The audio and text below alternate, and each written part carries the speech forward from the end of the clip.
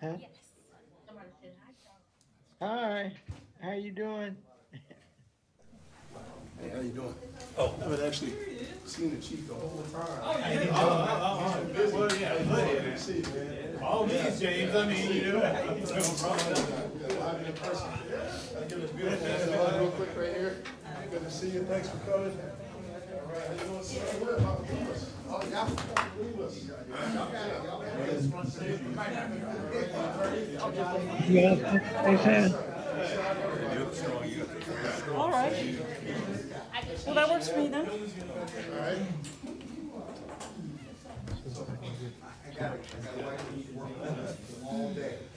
So we do not Hi have, to everybody. do we have a quorum? We don't. If Mr. Fleming don't show up.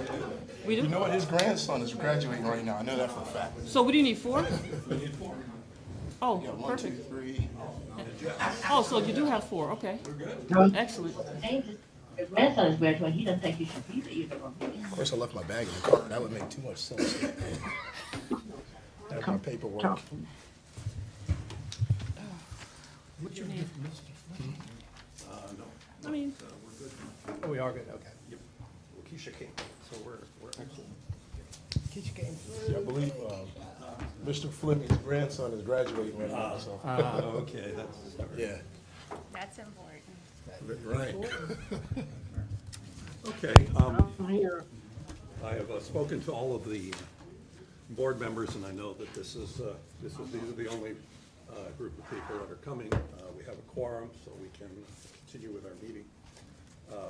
The first order of business is a very pleasant one for me, and I think it marks a well-deserved mark of appreciation for an officer who has served Charlottesville for 30 years. So, Major Durrett, if you would come up, please.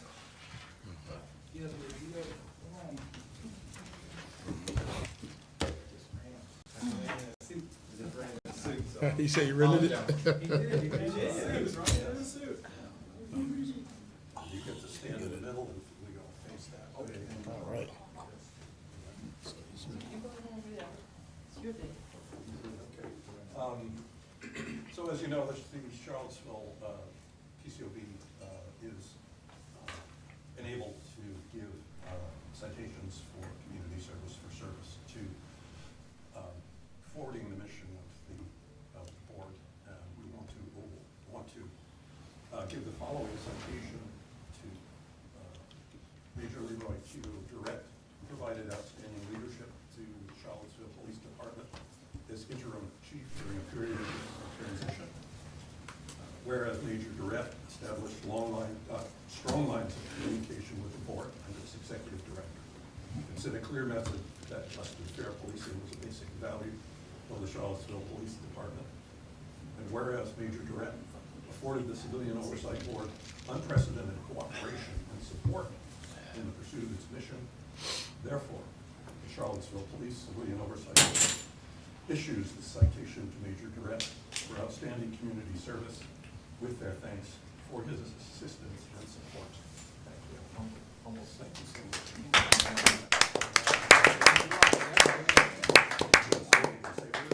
I'll say just a few words. First of all, I'm truly humbled. I do believe the PCOB has its place. Without you guys, it's not going to work, and communication is key. So I really appreciated it. I really appreciated the conversations, sometimes difficult, but nevertheless we have it. And I truly appreciate the award, the recognition. It's not about me, it's about us.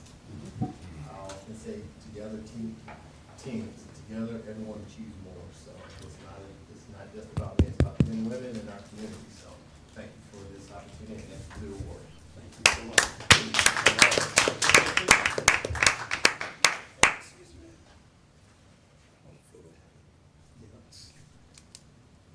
Thank you. Right, are there any other announcements from members of the board? Shout outs? I guess not. The next order of business is the approval of the agenda. Are there any modifications or a motion to approve? So move as written? A second. Mr. Watson? Yes. Mr. Frazier? Yes. Yes. Yes, and the board, the chair votes yes, so the agenda is approved. The next order of business is the approval of minutes. We have the minutes for the last two meetings, which were distributed to the board members by various means over the last week. Does anyone have any comments or suggestions for edits to the minutes? Is there a motion? I move. Second? Favor? Yes. Yes. Yes. And the board, the chair votes yes, so the motion passes unanimously. The next item on the agenda is a report by Chief of Police Michael Kutchis. It arises from a recommendation that the board made as to changes in the general order related to bias-based policing that was in effect until he started to revise it. Chief? Well, thank you, Bill. Appreciate it. Well, first of all, I just want to go ahead and thank Executive Director Gonzalez and members of the PCOB for the very important work you all do every day. It means a lot. You want to talk about police reform? This is it. This is how it gets done. Thoughtful conversations with thoughtful people in partnership with the common goal of an accountable, well-run public safety organization for this community. Let me be clear. There's no department in this country that doesn't have room to get better, and that includes the Charlottesville Police Department. But we can do this in a manner that doesn't disparage the women and men of our department who put their lives on the line each and every day for this community. And I'm reminded of this just last night. Just last night, two different incidents. Our officers took two guns off the street. Two guns that could have done a lot of damage and changed lives forever. Our officers stopped that last night. And I watched the body cam footage this morning, and it reminds me of the very difficult, dangerous task of removing guns and violent offenders from our communities. I truly believe that police reform and public safety doesn't need to be in conflict. We could do both. And if we're going to be quite honest, I think our community expects us to be able to walk and chew gum at the same time. We can do both. I want to thank this committee for submitting a draft recommendation on bias-based policing. This bias-based policing draft policy, the definition you submitted, we have put into the exact definition that you submitted was put into our new bias-based policing policy. I've also added a few things as well to that policy draft that you all should have. I've added mandated implicit bias-based training annually, in person. So in-person implicit bias-based policing training, along with the other mandated training that we have to complete every year as part of our certification of being a law enforcement officer in the Commonwealth of Virginia. I also want to take just a few moments to talk about a few of the other things we're doing around this topic within the police department. And one of them, really in 2020, the General Assembly passed legislation, the Community Policing Act. And what that does, if you don't know, it requires us to report all data of the demographics of folks for traffic stops and person stops. And so we have been reporting that data. It's online. You can look at it. All you got to do is pull up Community Policing Act of Virginia, and you can pull up that data. So a few other things we have implemented as part of our post-academy training, and we have 5 officers now going through that, a block on the history of Charlottesville in 2017 and the impact that had on this community. So our new officers coming out, as they're engaging with our community, to have an understanding about what it went through. We also have a block with community members. Professor Williams, Brian Williams from the Batten School of Public Policy, actually facilitates a group of community stakeholders, engages with our new officers on these very important topics, on these tough conversations to have. And then lastly, we have contracted with Guardian Score. Guardian Score, I'm sure you've heard me talk about it before. It is a program that I implemented in my prior organization where officers during stops, they give them a card and they're actually rated based on the stop. There's a few things they look at, but it's basically procedural justice principles. And in order to implement that down the road, we need to provide some procedural justice training. We talk about it a lot, but what does it really mean? So we have contracted with Guardian Score. They're coming in July, and we're mandating our entire agency go through that training. And so we're all scheduled to go through it, including myself. So with that, I'll take questions from the board. What's the schedule for finalizing the general order? The general order after tonight, so what I did, after you all sent me your recommendation, we implemented it, added a few things. I met with our community action team, and that's another thing I kind of want to talk about. So we've created a community action team that involves community stakeholders. We meet monthly. There are residents, business owners, Moms Demand Action has representatives on it. And so we reviewed the policy as well. And so all of that's been done. I'm presenting it here to you, and this will probably be signed, I suspect, probably tomorrow. Just for the benefit of the audience, can you describe briefly what the old definition was and how that's changed? I don't have the old one in front of me, but I have the new one. Okay? And what I can tell you is that what you sent me, which is, I have your recommendation right here, and what we implemented was the definition for bias-based policing is an inappropriate reliance on actual or perceived characteristics such as race, ethnicity, national origin, religion, sex, sexual orientation, gender identity, or expression, economic status, age, cultural group, disability, or affiliation with any non-criminal group, protected characteristics in parentheses is what it says, as the basis for providing different law enforcement service or enforcement. This includes any non-criminal characteristics prohibited by state law. And the recommendations that you all sent me, the one we used was actually, it models Seattle, Washington Police Department. That's the policy that we Yeah, and if I'm not mistaken, the old definition required. Soul was the big word. Yes, that the sole basis for a policeman's action was bias. And that's just not, you can't Well, prove it's that. it's outdated. Yeah, I mean, you and, can't. and so, yeah, as you can see, the recommendations that you sent me are all best practices. And, you know, we're accredited through VLEPSI, which is the accrediting body for Virginia law enforcement agencies.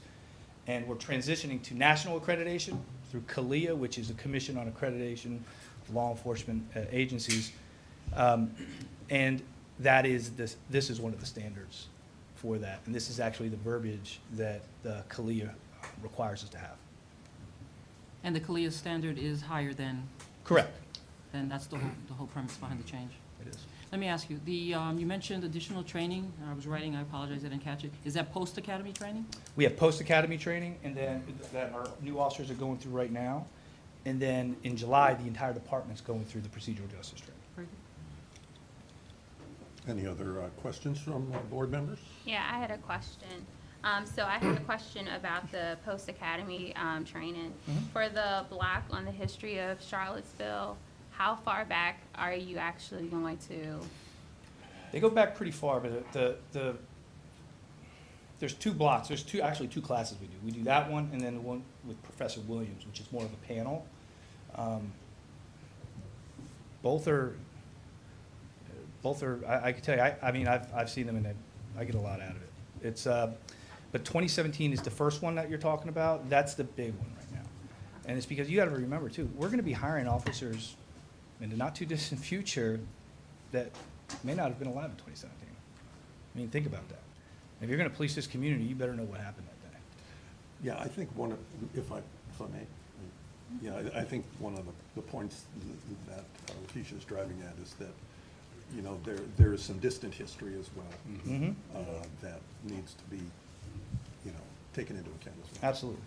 And they do touch on it. You said, I don't know exactly how far they go back. And then I know another question I had, will there be mandatory mental health training for all officers? Yes, so that's another block that they do in the post-academy CIT training. It's 1 week long that Right. they go through. And we have a goal. We're in the process of implementing our strategic plan right now. It'll be a 3-year strategic plan.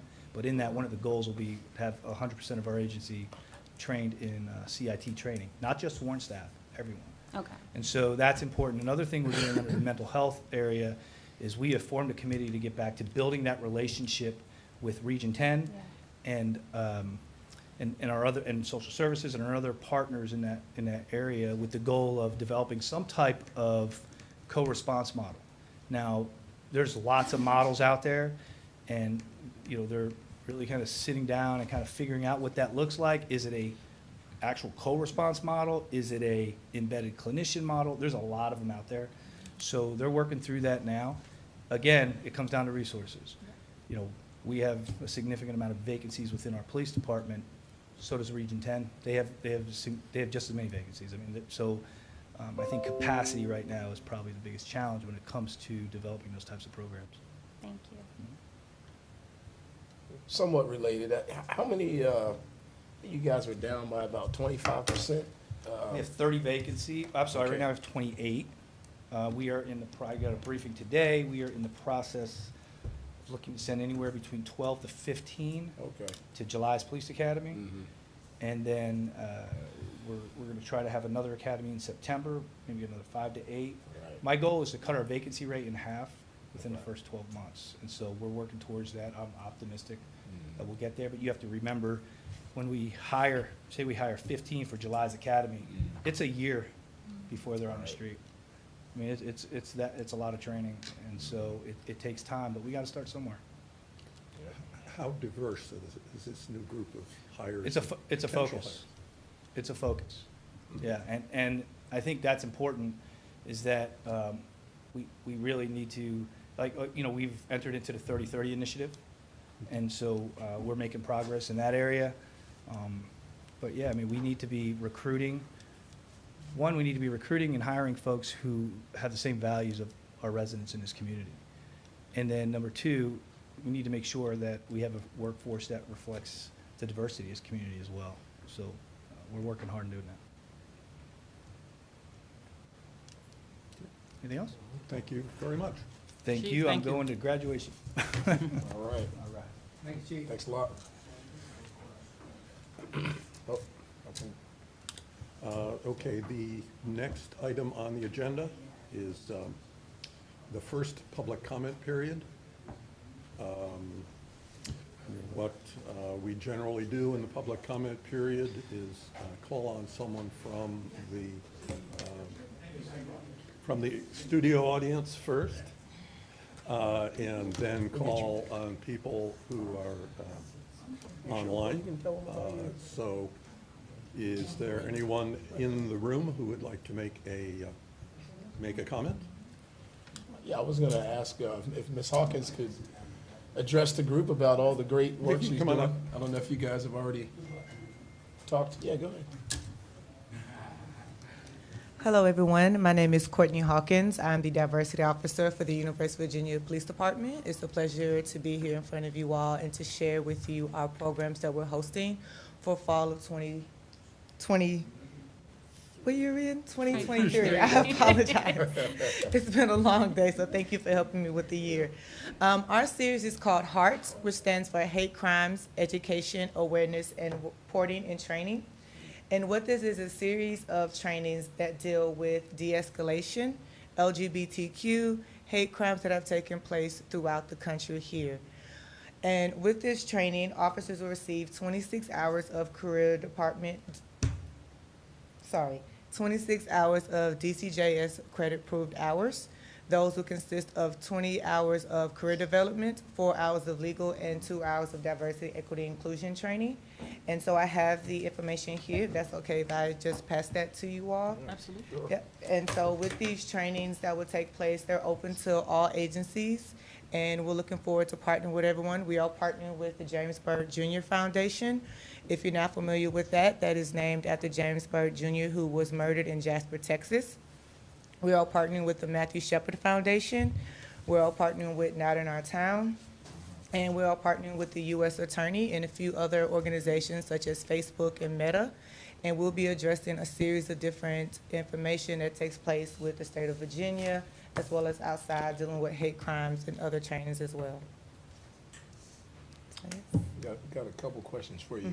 Last year, it was like a week-long event. Is it gonna be a week-long event, a couple different events? Nope. So what we did was we divided it up. So the first training is taking place August 9th and 10th, and that is Communication Means De-Escalation. We're partnering with a former UVA graduate out of Richmond named Star Peterson, and their company is called Stellar Diversity.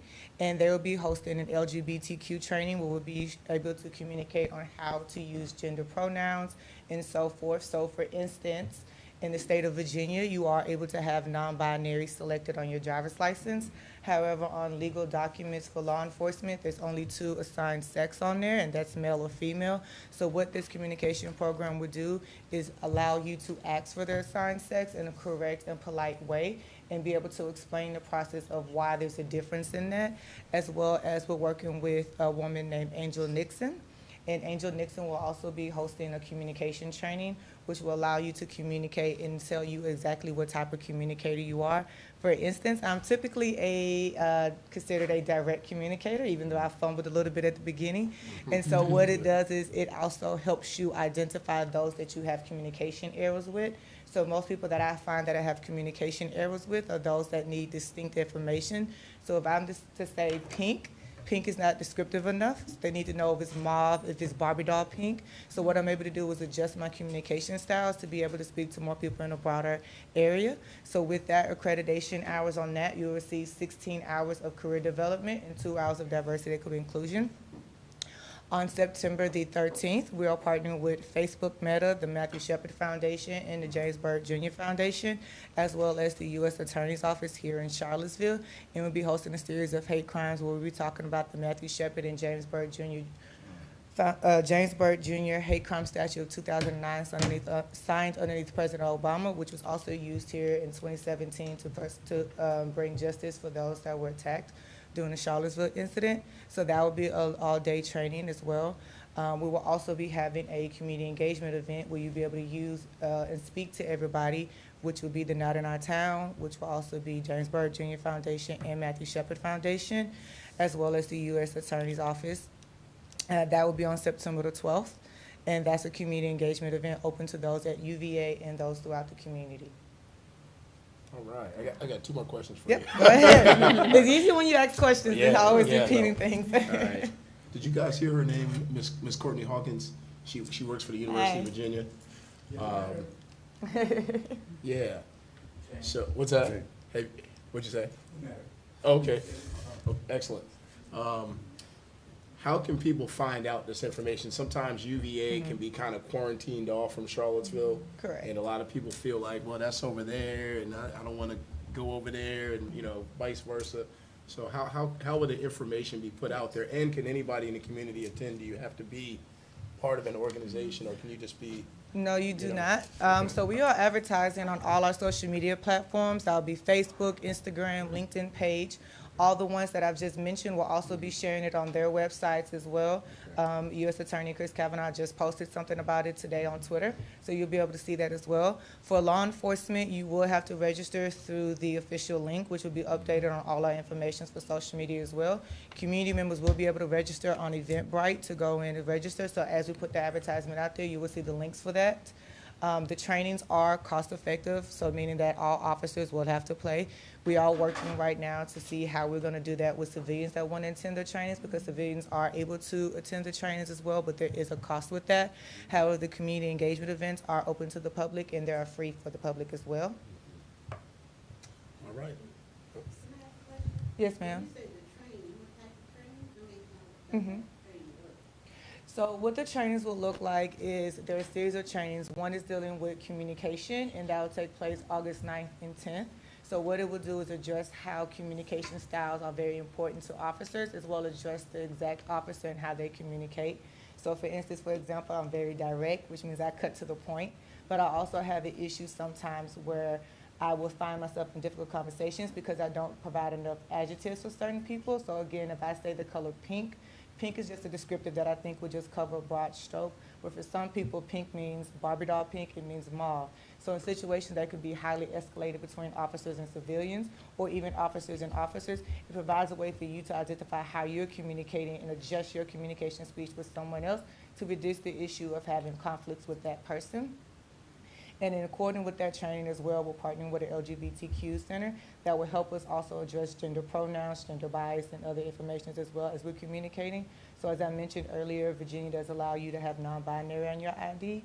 So for officers, that may be a difficult question, how to ask somebody politely in the correct way to de-escalate the situation. And so what we do is teach them how to communicate with people in general, just to ask somebody, how would you like me to call you? What do you want me to say to you? And so forth. And that will take place August 9th and 10th. The one on September the 13th will be one centered around hate crimes, which will be taking place primarily with the one I mentioned with Matthew Shepard Foundation and James Byrd Foundation. So we'll be talking about that hate crime statute, and a couple other ways. So we'll be definitely discussing the historical implementation of hate crimes as well, so officers will learn and understand the importance of reporting, how to be aware, how to track those informations for law enforcement, and work with organizations such as Facebook and Meta, which is very popular now, without infringing on people's personal rights with Facebook and Meta. So we work with them as well to have that as well. So that will also be approved and credited through DCJS as well. And then on September the 12th, that is the community engagement event. And that is open to the public, where you will hear a 1-hour presentation from all those organizations that I met. And yeah, those will take place. Thank you. Thank you. Excellent. Thank you. Thanks, Ms. Hawkins. Appreciate it. Trail, is there anyone online? Are there any hands up? Well, you're good. There are no hands raised at this time. All right. Mr. Fogel?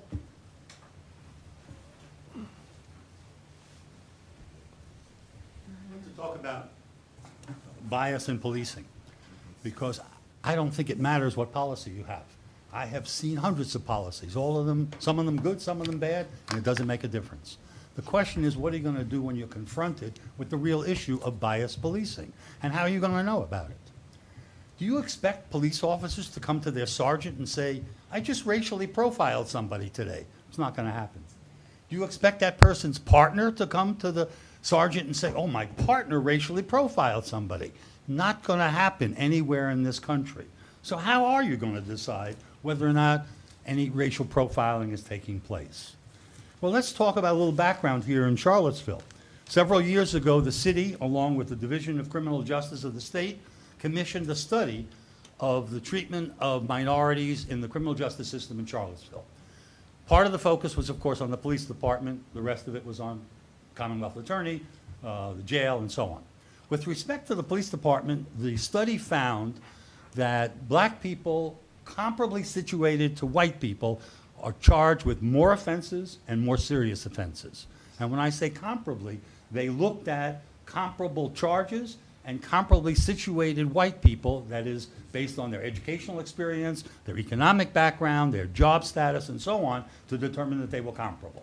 And therefore, the conclusion was that black people were receiving more charges and more serious charges. The result of that is more black people were being held prior to trial because of those more serious and more charges. The result of being held prior to trial is you're more likely to be convicted and go to prison. And so the conclusion was, we have black people going to prison because they were black. Now, what happened to that study? Thrown in the wastebasket by the city. Refused to deal with it, refuses to deal with it to today. Now, the other aspect here, of course, is the fact, and these are facts that I gleaned from the state, from the police department's own statistics, that 55% of the people being arrested in Charlottesville, and this is the case for the last 10 years, are black. 40 in a town which has approximately 18 to 19% black. Now, I've looked at the statistics for the state, because the state's demographics are similar. 20%, even more, 20% black, 80% white. 40% of the people being stopped by the state police, not the state police, by all of the police in Virginia are black. And in Charlottesville, it's 55%. Now, let me just quote to you from the Supreme Court. In the case of International Board of Teamsters versus the United States, happy to get you a copy if you want. Quote, Statistics showing racial or ethnic imbalance are probative because such imbalance is often a telltale sign of purposeful discrimination. Now, I raised this with the police chief when the first time I had an opportunity to. He refuses to discuss it with me. He refuses to meet with me. Nobody. The city manager I've tried to talk to about this. I've gone to the city council to talk about these issues. Nobody will address them. They are difficult, but that doesn't mean they don't need to be addressed. We have a situation, and unless we find out otherwise, that there are black people going to prison because they are black in this city. So the problem here isn't with the policy, it's with enforcement of the policy. The policy is terrible. The policy should simply be what the Supreme Court said 25 years ago in Wren versus United States. Any consideration of factors such as race violate the 14th Amendment's Equal Protection Clause. And what police officers have to understand is that even if they have probable cause to Mr. Fogel, your arrest time is somebody- up. Give him, I'll extend for 30 seconds. And the past speaker, how She- much time was she given? She was a guest. She was, no, And it was a excuse me. question and answer, and I do Well, actually well, have I'll take questions from the audience as she did, if that's and okay I'll- with you. I have a few questions That's too. okay? No, absolutely. Okay, so as I was saying before I was interrupted, I don't remember what I was saying before I was interrupted. Maybe that was the point of the interruption. Wren. Well, Wren was decided, as I said, more than 25 years ago, and says that any considerations of factors such as race violate the 14th Amendment. What I wanted to say was that even if a police officer has probable cause to arrest somebody, if race plays a consideration, it's vitiated. It's no good, even when they have otherwise legal cause, if race plays a consideration, violates the 14th Amendment, and that trumps whatever was being done. So what you need to do is to get somebody to start looking at these numbers, somebody to respond to what the commission report that was done at, I think it was about a $250,000 expense to the city, and somebody to look at why is it that 55% of the people being arrested here are black. That's what needs to be looked at in terms of bias. Thank you. Wait, questions? Well, you I have- do. you have a I actually, question, Mr. right? Fogel. Mr. Fogel, yeah, I have one, I'm just, But let the chair go first if you do don't mind. you, are you aware what years were covered by the study? The study? Yeah. The study did 14 to 16, Are you- 2014 to 2016. Are you aware of any more recent statistics? No. Thank you. It seemed to me the burden was on those who were identified as causing the problem to show us that somehow it had been corrected, and they haven't. Nor are they interested in even discussing it. So I'm not in a position to dispute your statistics. I'm going to take it for granted that what you're saying is true. So what I would ask is, what do you propose as a mechanism for us to address it? How can we improve the existing situation? Well, I think there are a number of things that could be done. First of all, I also want to mention, a study just came out this week, and some of it was done out of Virginia Tech, which showed that the first 45 words issued by an officer to a black citizen often dictates the outcome of that encounter. Now, when the federal government came into New Jersey, because of a long history of racial profiling by the state police, they instituted a protocol system, which I think is the way to adopt things. The officer is required to go up, introduce him or herself to the person being stopped, explain to them why they're stopping them, and start off the conversation like that. I think that could go a long way, and it doesn't just have to be in vehicles, it could be on street stops as well. But I think we need to dig down on the statistics. Are there particular officers who are skewing these results, of the 55%, for example? And I had urged the police department to take a look. Don't make it public. I mean, I'm not accusing them of anything. We just need to look in order to find out, are there particular officers who are skewing the result in terms of the racial disparities in the arrest statistics? Now, do you think that the implementation of the Fourth Amendment auditor that they have in place can help address what it is you're suggesting? Because that's something that's very proactive on the part of the police department, where they're actually, without being asked or without receiving a complaint from the community, actually looking at body camera footage to see if they can identify any constitutional violations, as well as any demeanor, inappropriate courtesy issues, demeanor, and things like that. Don't you think that that may have assisted us somewhat? Well, since again, then? I can't speak to the quality of the work that's being done, so unless I knew what the quality of the work that was being done, I couldn't answer that. So then I have to ask you, did you know that there was a Fourth Amendment auditor in Yeah. place? Okay. Yeah, you I did know. participated in interviewing Okay. the Fourth Amendment auditors. Okay. And then the other thing, I guess the last question that I have is, isn't part of the responsibility or onus of what it is you're suggesting also involving the criminal justice system and not just policing? Because a lot of what transpires is the inequitable, I guess, punishments that are being distributed, like you said, African Americans versus white, is based on decisions by judges, prosecutors, who they prosecute, who they don't. So it's not just a problem strictly with the police department, it's the entire criminal justice system, is it not? Well, I haven't suggested otherwise. The point is, we're here talking about the police department. The jurisdiction of this body is over this police department. The report that I referred to goes into all aspects of the criminal justice system for Albemarle as well as Charlottesville. I've only identified that which they identified as the police department, because that's your only jurisdiction. Okay. And And your in only- fairness, regarding, and I haven't been here long enough to know the answer to the question, but is there any current litigation with yourself in the city of Charlottesville? Not with the city of Charlottesville. I have a racial bias case going against an officer in Albemarle. Okay, but not directly with the Charlottesville Police No, Department? not connected No, I was just at trying to all. find a rationale for you not getting any response or being able to speak to anybody directly. I don't know what they're afraid of, but the issue, I think, has to be addressed. It's not about me, it's about addressing a serious issue. Thank you, sir. And for those again, they have to dig down on the statistics, and I think they have to institute some new protocols in order to make sure that this changes. Thank you. Thank you. Let me check. Mr. Trail, is there anybody online? Nope. Okay. Harold Foley, please. Good afternoon, Harold Foley. I use he, him pronouns, and I am the senior organizer for the LAJC Civil Rights and Racial Justice Program. So the report that Jeff is talking about is called the DMC report, Disproportionate Minority Contact Report. In that report, it states why black folks, particularly male and female, on different terms, are being incarcerated. And, you know, we talk about the criminal justice system, but the first contact to the criminal justice system is the officer.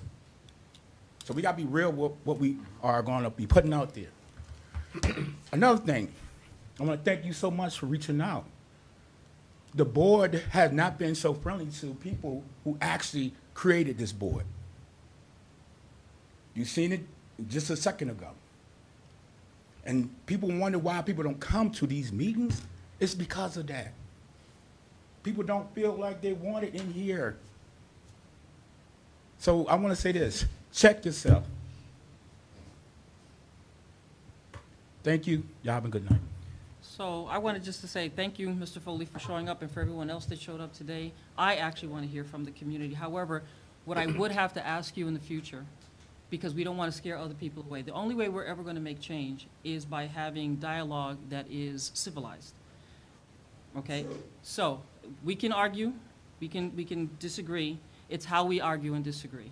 And so we just have to be respectful of one another. And so one of the things I'm concerned about, again, if we have special guests, for example, like the chief of police, that he not be accosted as soon as he walks in the door and spoken to in a way that makes him feel like he's not welcome either. And in other words, I want to be welcoming to everyone, both sides of the aisle, because the only way that we're ever going to get anything done is if we respect one another and respect one another's opinion. But again, I am grateful that you all showed up today. Thank you for that. So I rebut that? Absolutely. So actually, I was there, and it wasn't a matter of Jeff going at him. He said, how you doing? And the chief like, get away from me. This is a one, right? And we can go back and forth. Whatever. Yeah, no, I wasn't naming any names, but I didn't want to, yeah. I'm just saying, Jeff can take up with himself. in general, I was just generally speaking to one another. It wasn't specific to the chief, but just anybody. No. All right, just FYI. I think too, you and I can have conversations. Yes, sir. But And I'm hoping that I'll see you again. you will. Okay. I mean, I'm gonna disrupt you, so I'm always gonna be Well, to disrupt. but not disrupt. Any other comments from the audience here? Yes, go ahead. Yeah, please, absolutely. Yeah. My name is Marcus Brown, and I work with the Legal Aid Justice Center. I wanted to ask a question in regards to transparency in the Charlottesville Police Department. If you have an officer who's been found to have committed some type of unconstitutional or unethical thing, and this is not made known to the public, when y'all find out, the Charlottesville Police Department, do they make this known? This officer's been charged with this or convicted of that, or do y'all make that privy to the public, or is it kept under wraps? So I will say this, it all depends on the manner in which the complaint comes in. I can't speak and don't have the authority to speak on behalf of the police department. Now, it's my understanding that the reports that I'm provided with from the Office of Internal Affairs gets posted on the police department's website. And what that does is, for example, it'll give you the case number, the outcome. Previously, last year, it was giving you when it was received and when it was closed out. I understand that this year's version is somewhat different, but it does give case information on the complaints that they've received and the outcomes on the police department's website. Again, you can always reach out to them directly. I don't have the ability to speak on their behalf. But that's what I get, and that's what was my understanding, that they post this on their website, statistic-wise. Now, I will say this to you. If you are not the complainant, right, the person who's directly involved, you are not, I guess, legally entitled, or you don't have standing to receive information concerning that complaint. Only the individual that filed the complaint has the ability to receive that. And normally what happens is that the police department will send you a letter acknowledging that they received a complaint from you, and then they will send you a closure letter telling you what the findings are. They will tell you that, an explanation of why they found what they found, one way or the other, and that if you don't care for the outcome of the investigation, that you have the ability to reach out to our office to have us conduct a review of that investigation. And that's all contained in the letter that the complainant receives. So that's if you're directly involved. If you are indirectly involved, for example, if you see an incident, doesn't have anything to do with you, but you're a witness to it, you can report that. They will investigate it, but you are not entitled to know what the outcome is. Only the individual who's a direct, I guess, say victim of the, so you may be the complainant, but not the victim, say. So say hypothetically, just hypothetically, say you have me. Say hypothetically a cop plant drugs. He knows he did it, I know he did it, but I can't prove it. But say due to an internal investigation in the police department, they find out that, hold up, there's some truth to what I'm saying. Once y'all find that out, what's the chances of you revealing that to the public or to me? I think that's something that only the chief of police himself can answer. I don't think I'm in a position to answer that question for you. However, I will say that based on that scenario and based on what I've learned thus far from the current investigations that they're having, and the fact that they do have body cameras and things like that, there have been things that have been identified by the police department that they have initiated investigations on themselves without getting citizen complaints. They're doing it on their own. They're being very proactive in that regard. So, again, in that situation, I can't speak on behalf of the chief of police, but he has been, let me say this to you, and this is as a result of conversations I've had during our weekly meetings with internal affairs, is that he has actually terminated officers for far less than that. And I think that's a very good thing. I think he's taking a very proactive approach, and he's actually holding people accountable, officers accountable, and terminating them, and demoting as well. So, but again, I can try to sit down with the chief and see what information in the future, beyond that which is posted on their website, we can get. But again, remember, with internal affairs-related complaints and citizen complaints, you have to take confidentiality into consideration. You have to take the protection, not only the officer's identity, but the person making the complaint as well. So it's delicate, so we have to be careful. Madam Director, if I could just add, if we get a complaint and it's criminal in nature, we immediately refer it to the Commonwealth Attorney. To the prosecutor's office, too. We don't deal with those complaints. So if there's criminal activity on the part of an officer, it goes to the Commonwealth Attorney's office. If it's something that falls below that threshold, then we would handle it.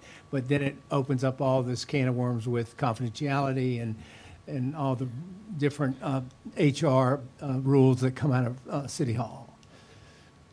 But that's an excellent question. Thank you. Thank you.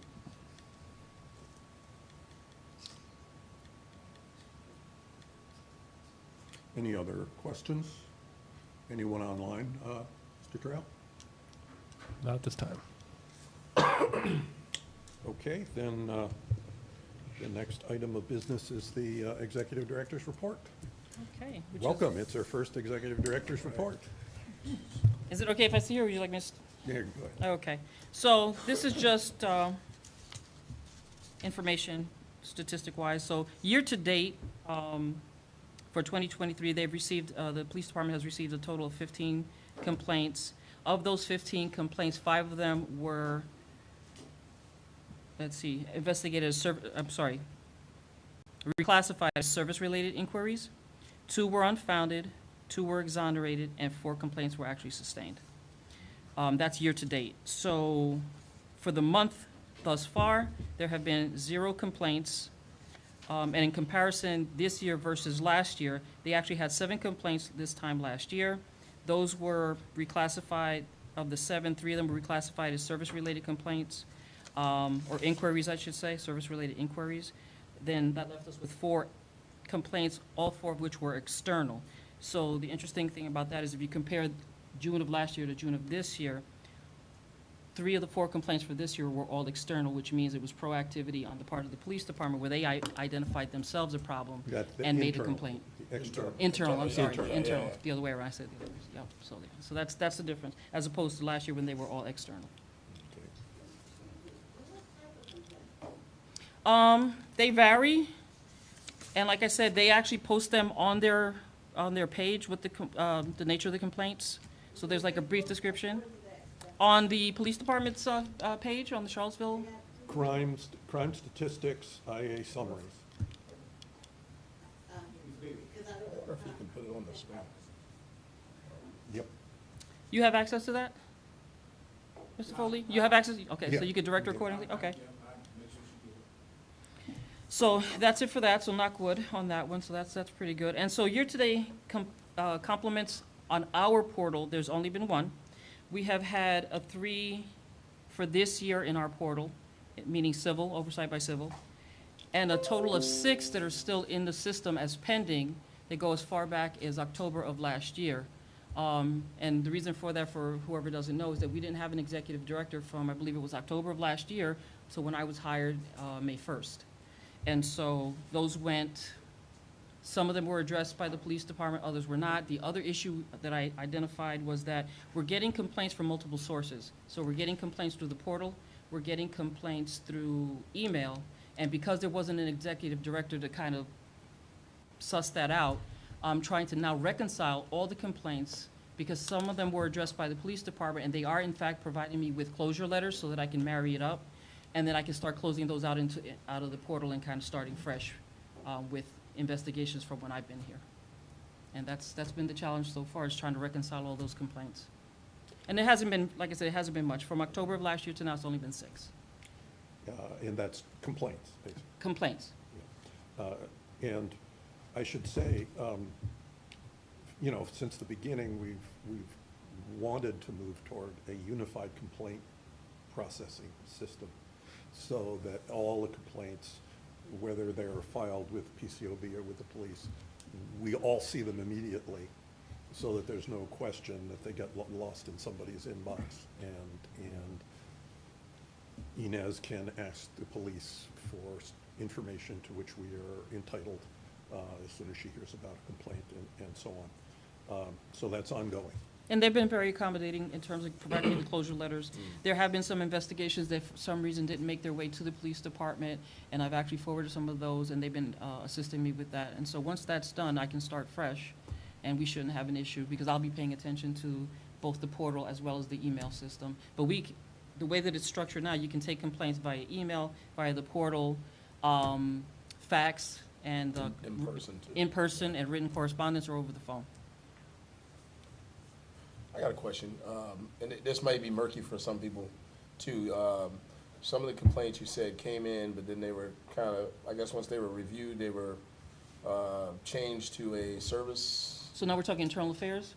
Were those all internal? No, the ones or- that, the report I gave last was Yeah. specific to our portal, Okay. as in the PCOB. The ones that were reclassified, you're talking about the Yeah. service-related inquiries? Right. That's internal affairs specific to the CPD. Okay, so those are the ones that. Right. They And were essentially telling what that, it right. is a person, it doesn't rise to Yeah. the level of the person making a complaint.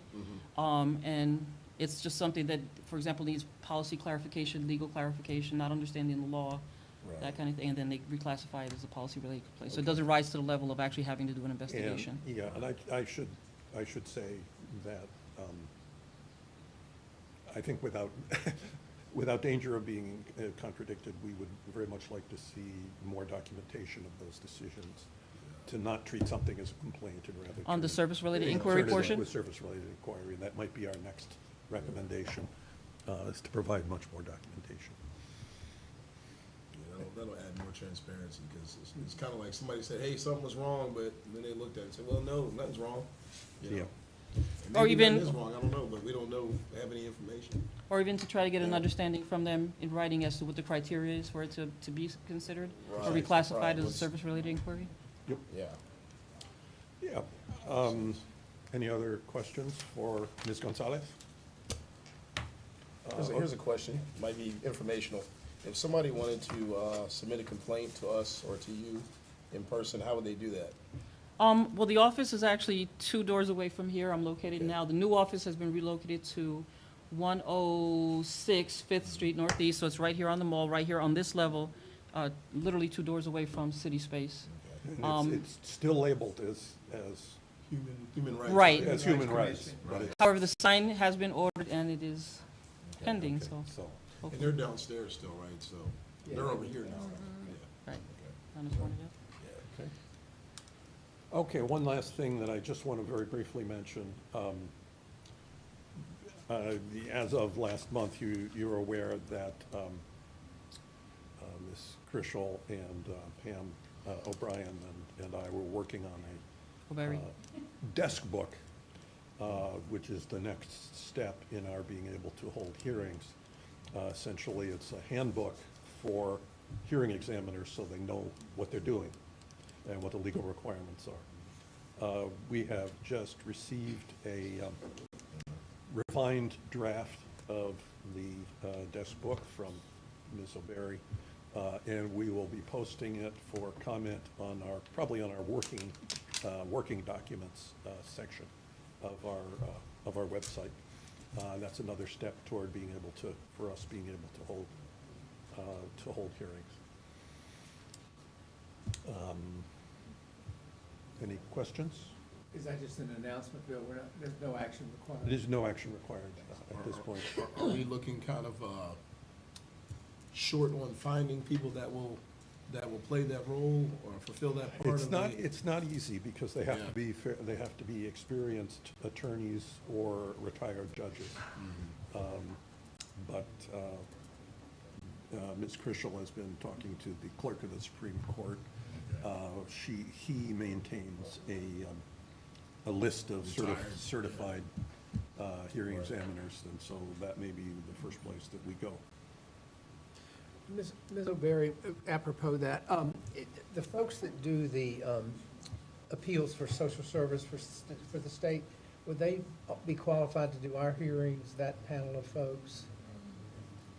I would imagine they would be, because they Okay. should have I mean, I think they're on the Supreme They would Court have list. to- I don't know if they keep a separate list for social service cases versus, anyone that's on the Supreme Court's list of approved hearing officers, that's, I think, subsection B, which qualifies them to hear things. okay, great, thank you. That's a fairly substantial list, James. Oh, good. Although I feel like in the past, despite these lists, and although it may not have been the same. Well, ones, one of the things that we made sure to put very clearly into the desk book is that this is a paid position, so that people will pick it up and they would say, oh, okay, well, that's fine, that instead of thinking that they're gonna have to volunteer. So, Yeah, I think the problem in the past was we really just weren't up to speed on how to procure that person, and now we're getting A little better. up to speed. yep. And then there's the people that are doing it for, like I was saying last time, Richmond, Norfolk, Virginia Beach, and or Northern Virginia. If they have had somebody in that role, maybe those boards would be a good source to figure out. I do know from my own experience with those hearings that the folks that do the social service hearings travel all over the state. I mean, Yeah. that's just part of what they do, so that's not a barrier. No. Okay, that's a good idea. All right, any other questions?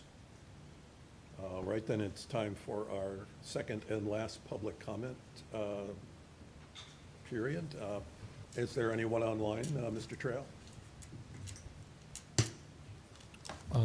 Currently, no hands raised.